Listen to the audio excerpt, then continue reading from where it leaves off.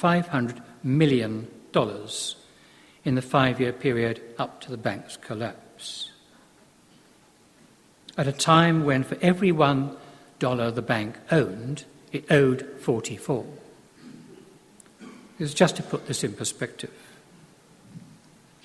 And for senior hedge fund owners and managers on both sides of the Atlantic, an annual remuneration of up to $24 million per year is believed to have been not uncommon. All achieved by an arithmetic, so-called, that combines salary, bonus, an individual performance fee, a pension attribution, and the sheer incalculable price of retaining an exceptionally successful loyal trader's loyalty. Now, there are many corresponding examples of this nature, but they demonstrate 2 points. First, at least for my money and for you to consider, any assertion that market forces of unfettered capitalism have engendered a fair and efficient distribution of a nation's wealth is at the least unacceptable. And the second is that the neoliberal argument advanced by such as Milton Friedman some years back, that business should not be concerned with social ends, but with making as much money as possible, I believe to be a misconception of business's underlying purpose.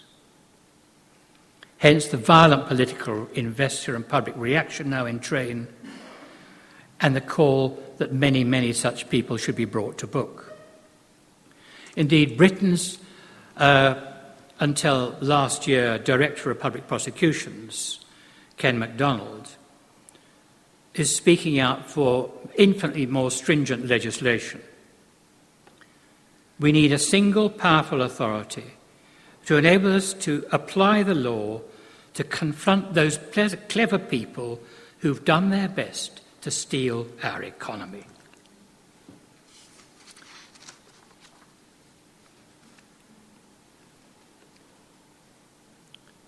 One or two interesting forecasts in this area. But before saying so, they're not mine. I'm very conscious that in Dante's Divine Comedy, futurists and prophet, Dante puts in the 7th circle of hell, where they suffer from eternal leprous sores and continuous English drizzle.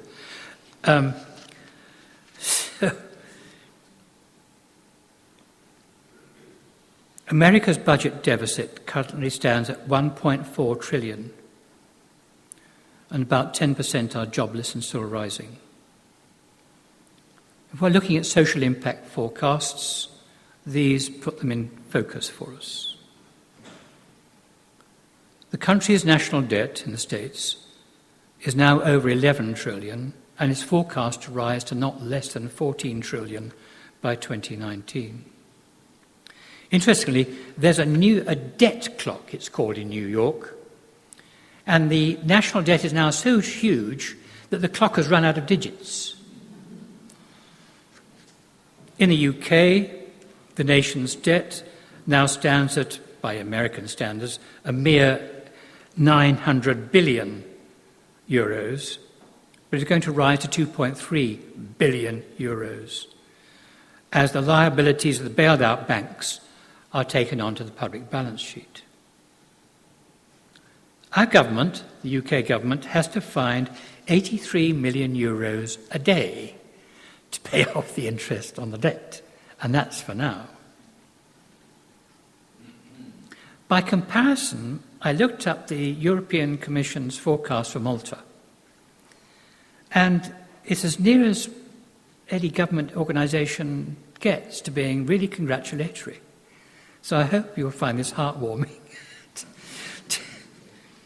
to know that while economic growth is not going to reach the government forecast, in fact will fall significantly short,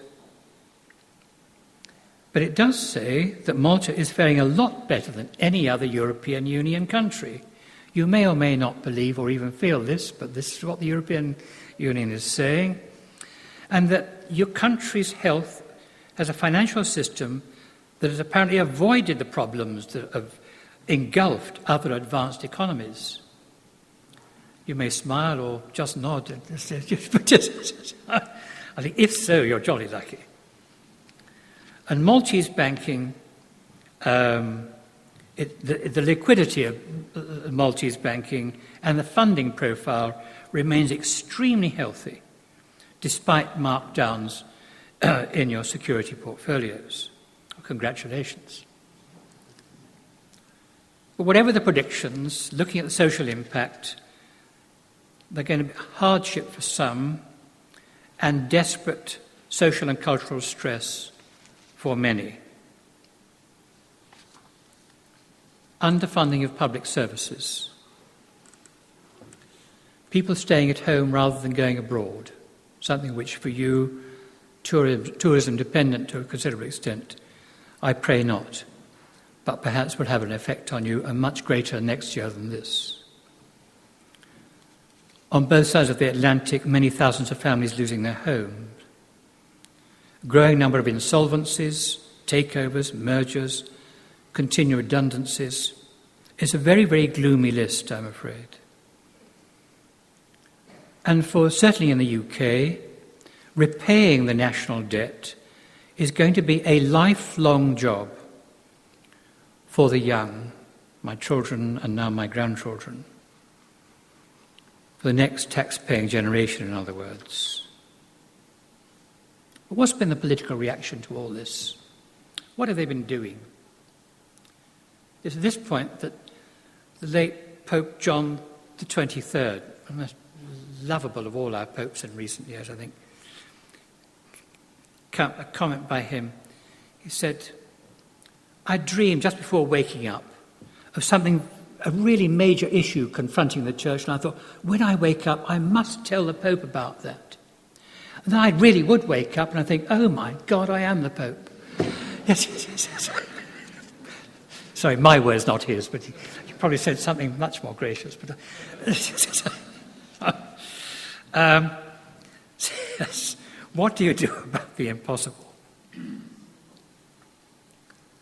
In fact, the financial crisis appears to be in retreat. And the world's governments are adopting progressive measures to stabilise their economies, to provide financial underpinning, and not least to curb banking excess. Much of that, I think, you will read in your papers.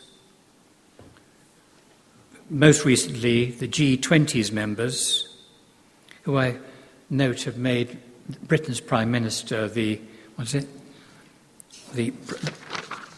Prime Minister of the Year worldwide. Much to the dismay of the British, I meant to tell you. But it's the G20's members who are particularly intent on stopping automatic bonuses, saying they must be paid only after their deferral to assess long-term performance. Scrapping bonuses, however, is not considered an option by anybody, including the outcome of the study we've taken in Cambridge. I'm going to make 4 assertions. The first is, as I've already commented, the huge and now obvious limitations to applying utilitarian ethics in a financial or corporate environment.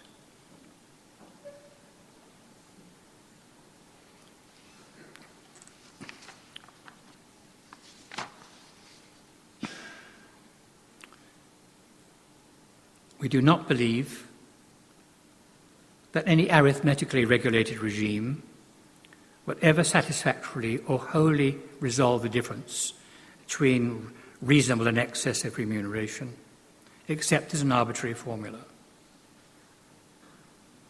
One, because a one-fits-all mathematical formula is not reducible to the precision required case by case. Second, and most obviously, people can move to more favourable, lax, or even corrupt regimes. But third, and crucially, no matter how stringent the regulatory regime may be, it is virtually incapable of changing people's motivations. and for those for whom personal gain is obsessively an end in itself. And for this purpose, I would assert, backed by St. Thomas Aquinas, by the way, so you better, if you're going to argue, it's with him rather than me, recommended that an equality of exchange for mutual benefit is going to provide a much more rewarding avenue for exploration. The key words here are equality and exchange for mutual benefit. The whole concept of fairness raises its head at this point. And its enduring value, that it is grounded in natural law. It's codified in Scripture and for sure is embedded in Catholic social teaching. Second, I believe that we have got to start to significantly raise the profile as the basis of orderly conduct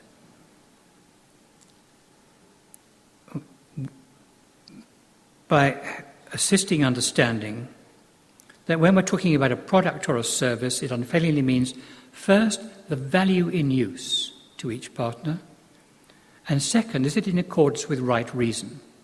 We're in the heart of Catholic social teaching here. You think that's a statement of the obvious.